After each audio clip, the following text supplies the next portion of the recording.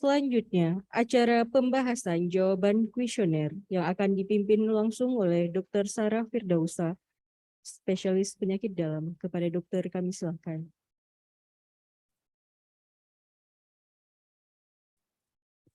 Baik, terima kasih kepada MC, terima kasih kepada Pak Dedi dan pembicara-pembicara kita hari ini, Bu Ika, Bu Tri. Baik, kita masuk ke sesi pertama, yaitu pembahasan soal kuesioner yang sudah Bapak Ibu isi ya. Oke, baik, silahkan slide-nya di-share. Yang judulnya jawaban kuesioner. Ya. Di akhir slide ini nanti kita akan share juga siapa pemenang, bukan pemenang, siapa yang beruntung mendapatkan pulsa 20.000, tapi nanti akan dibagi setelah penelitian, setelah semua rangkaian acara ini selesai. Untuk untuk sertifikatnya akan diberikan setelah menjawab post-test, dan kita berikan waktu 1 minggu kepada teman-teman kita yang mengikuti acara secara online untuk menjawab post-test selama 1 minggu. Setelah waktu 1 minggu, materi untuk workshop ini masih bisa tetap di-access melalui G Drive. Nanti kita akan berikan link G Drive-nya. Namun apabila sudah lewat 1 minggu, sertifikat tidak lagi kita berikan. Jadi ada masa 1 minggu kepada Bapak Ibu perawat yang nggak sempat ikut secara offline, tapi ikut secara online untuk mendapatkan sertifikat. Ya, baik, mari kita lihat. Ya, slide. Oh, slide-nya dari saya. Yuk, mari kita lihat jawaban dari kuesioner pertama. Oh, ternyata ada daftar istilah dulu ya. Yang pertama, insulin prandial. Kadang-kadang kalau Dokter Krisna atau Dokter Hendra visit, ini berikan basal dan prandial gitu kan. Nah, apa itu insulin prandial? Insulin prandial adalah insulin yang berfungsi untuk mengontrol kenaikan kadar gula darah setelah makan ataupun postprandial, dan diberikan sebelum makan. Contohnya adalah insulin Apidra ataupun Novorapid. Pertanyaan yang sering kita hadapi adalah bagaimana kalau pasiennya nggak tentu makannya, maksudnya belum tentu pasiennya habis makannya. Maka suruh dulu pasien makan, kemudian lihat porsinya.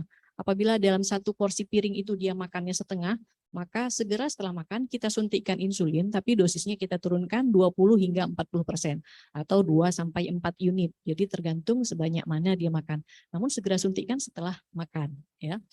Kemudian satu lagi insulin basal. Insulin basal ini berfungsi untuk mengontrol kenaikan kadar gula darah di antara waktu makan. Bisa diberikan 1 kali, biasanya kita beri 1 kali kalau di ruangan, bisa juga diberikan 2 kali. Nah, waktu makan yang paling panjang itu adalah antara makan malam dan makan pagi. Makanya kalau divisi endokrin fisik pasti minta gula darah sebelum makan pagi, ya kan?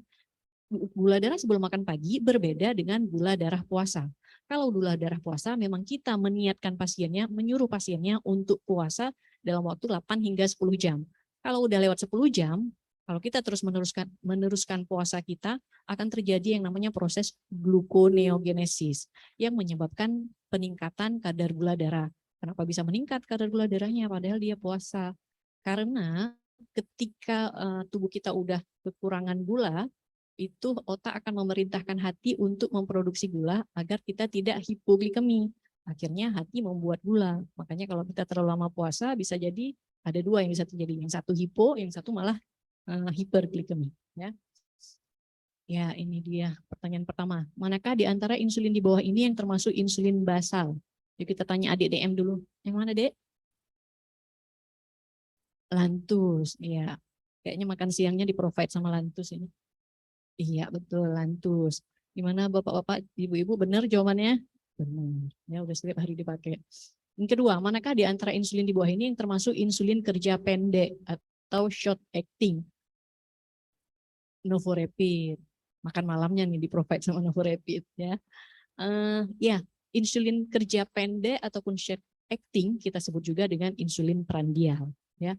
Terus kalau misalkan Dokter Krisna atau Dokter Hendra atau Dokter Tia visit, terus mereka mengatakan pasien ini kasih aja basal bolus, ya kan?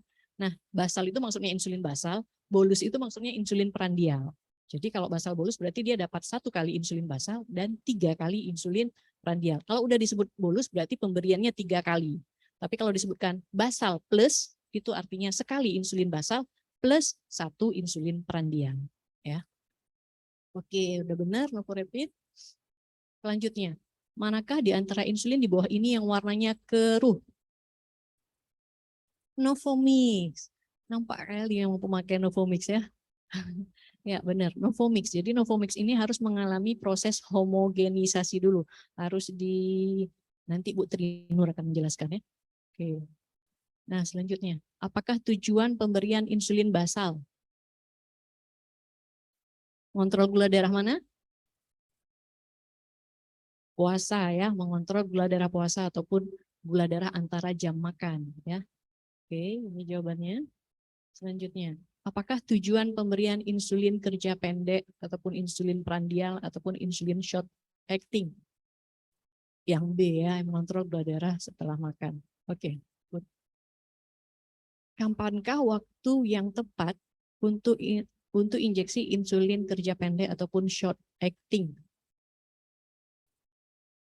5 hingga 15 menit sebelum makan, oke? Jangan disuntik 1 jam sebelum makan ya, pasiennya bisa hipo. Dan juga jangan disuntik 1 jam setelah makan, kelamaan ya, kelamaan. Ya, jadi 15 menit. Nah, manakah di antara hal berikut ini yang bisa menjadi efek samping dari terapi insulin? Itu salah. Peningkatan berat badan bisa? Bisa. Terutama pasien-pasien yang pakai insulin prandial itu akan lebih cepat peningkatan berat badan. Tapi ya juga nggak drastis banget. Mungkin dalam 3 bulan dia naik 1 atau 2 kilo gitu ya. Jadi jangan juga kita takut-takuti pasien, nanti pasiennya nggak mau pakai insulin ya. Hipoglikemi bisa? Bisa. Hipokalemi bisa? Bisa, terutama pada pasien-pasien yang di drip insulin. Jadi ketika insulin itu memasukkan gula dari dalam pembuluh darah ke dalam sel, dia juga ikut membawa serta kalium. Sehingga kalau kalium masuk ke dalam sel, maka kalium yang di dalam pembuluh darah jadi berkurang. Akhirnya pasiennya hipokalemi. Makanya pada pasien-pasien yang kita terapi dengan KAD, pasien-pasien yang kita terapi dengan siring pump, kita seharusnya juga meriksa kadar kalium. Karena bisa jadi nanti pasiennya hipokalemi. Dan ketika hipokalemi, masalah yang berikutnya yang terjadi adalah aritmia. Artinya pasiennya meninggalnya bukan karena hipoglikemi ataupun hiperglikemi, tapi karena rest, karena aritmia. Ya. Oke, jadi ini tiga-tiganya bisa menjadi efek samping terapi insulin. Ya. Oleh karena itu kita juga sering ini kan periksa-periksa, kalau udah di drip kita kan selalu periksa 2 jam, 4 jam sekali. Ya. Oke. Ya, peningkatan berat badan iya, hipoglikemi iya, hipokalemi juga iya. Nah, definisi hipoglikemi adalah kondisi kadar gula darah pada nilai berapa nih? 70, 90, 100? 70 ya. Jadi kalau pada definisi secara teoritisnya disebut hipoglikemi apabila gula darah di bawah 70. Kalau gula darah pada pasien diabetes, kalau pada pasien diabetes gula darahnya di bawah 80 dan dia disertai dengan gejala-gejala hipoglikemi, gemetaran, lapar, pusing, hoyong, maka itu kita sebut juga hipoglikemi. Karena mungkin settingan hipoglikeminya bisa berbeda pada pasien diabetes. Kemudian selanjutnya pertanyaannya, apabila pasien diberikan insulin basal misalnya, terus kita periksa gula darah sebelum makannya 90, itu kan belum termasuk hipoglikemi. Pertanyaannya, apakah insulinnya perlu diubah atau enggak dosisnya? Perlu enggak? Kalau dia di settingan rawat jalan, enggak usah diubah. Tapi kalau pada settingan rawat inap, ada tempat untuk merubah, kurangi 20 hingga 40. Jadi boleh kurangi dosis 2 unit ya. Kenapa harus kita kurangi? Settingan di ruang rawat inap biasanya pasiennya makannya nggak full ya.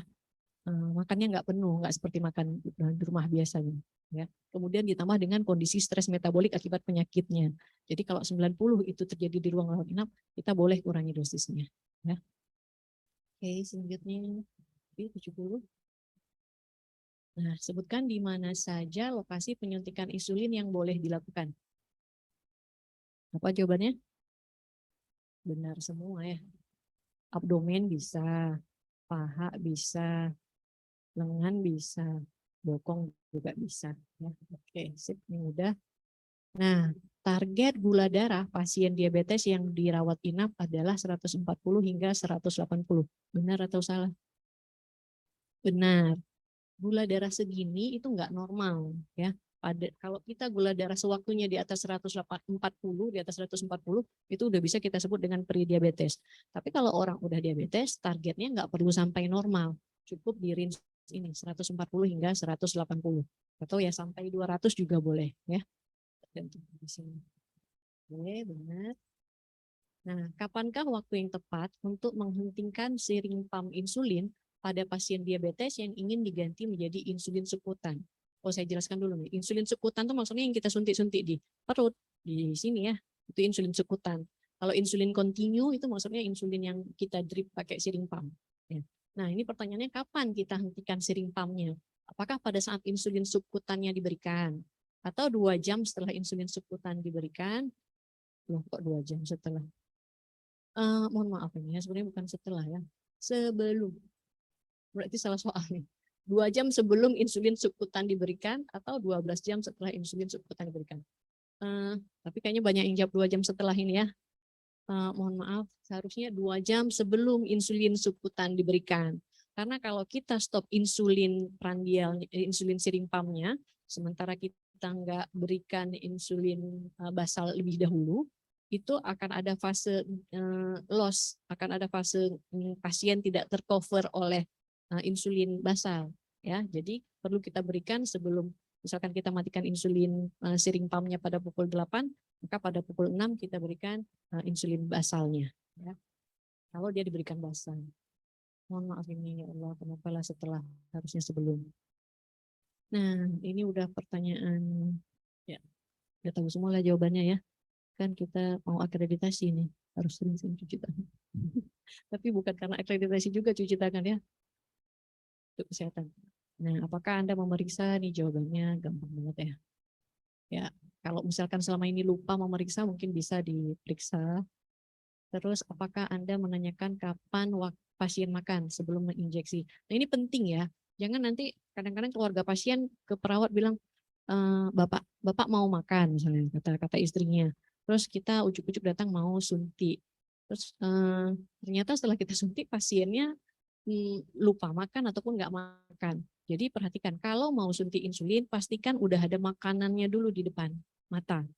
Dan itu kalau pasien selera makannya bagus. Kalau pasien selera makannya nggak bagus, makannya on off, suruh dia makan dulu, baru kita suntik insulin, biar nggak hipo. Ya, sebaiknya gitu ya. Kapan pasien makan? Oke. Macet.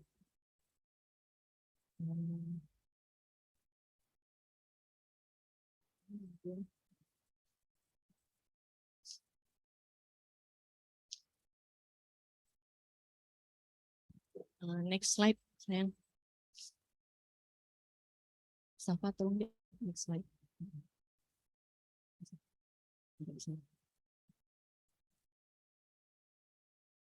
Oh, bisa.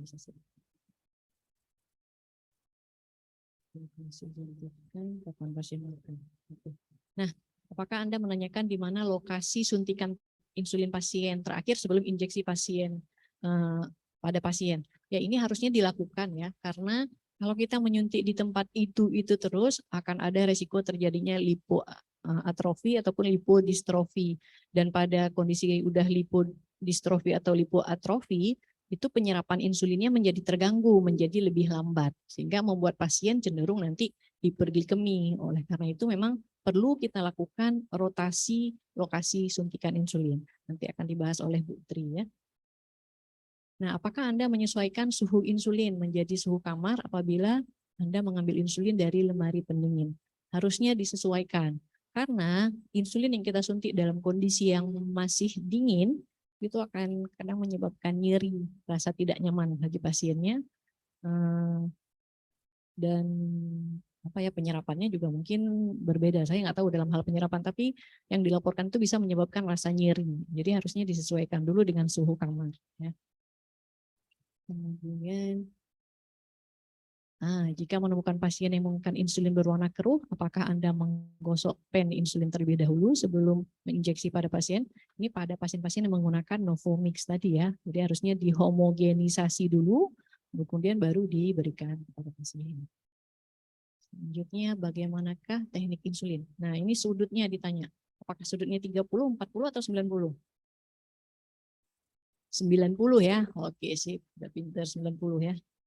Ya, benar 90. Apakah yang biasa Anda lakukan setelah penarikan jarum insulin dari lokasi penyuntikan? Pertama, menekan lokasi suntikan dengan swab alkohol. Kedua, menekan lokasi suntikan dengan jari. Ketiga, tidak melakukan penekanan pada lokasi suntikan. Yang paling ini ya, tidak melakukan penekanan ya, tidak perlu melakukan penekanan. Oke, terus apakah Anda memberikan edukasi? Nah, ini harapan kita ya. Jadi pasien itu banyak yang lolos nih setelah keluar dari rumah sakit itu. Penelitian kita tahun belakangan, setahun yang lalu, kita menanyakan kepatuhan pasien gitu kan. Dari kita lakukan penelitian cross-seksional dari 48 pasien yang menggunakan insulin, kita hubungi 1 bulan kemudian hanya 20 pasien yang masih melanjutkan terapi insulinnya. Artinya tingkat kepatuhan pasien terhadap insulin itu nggak sampai setengahnya. Nah, kenapa nggak sampai setengahnya? Ini pasti karena salah dokter endokrinnya, kita nggak edukasi perawatnya, apotekernya, salah kita semua ya. Jadi sebaiknya memang dilakukan edukasi ini ya. Oke.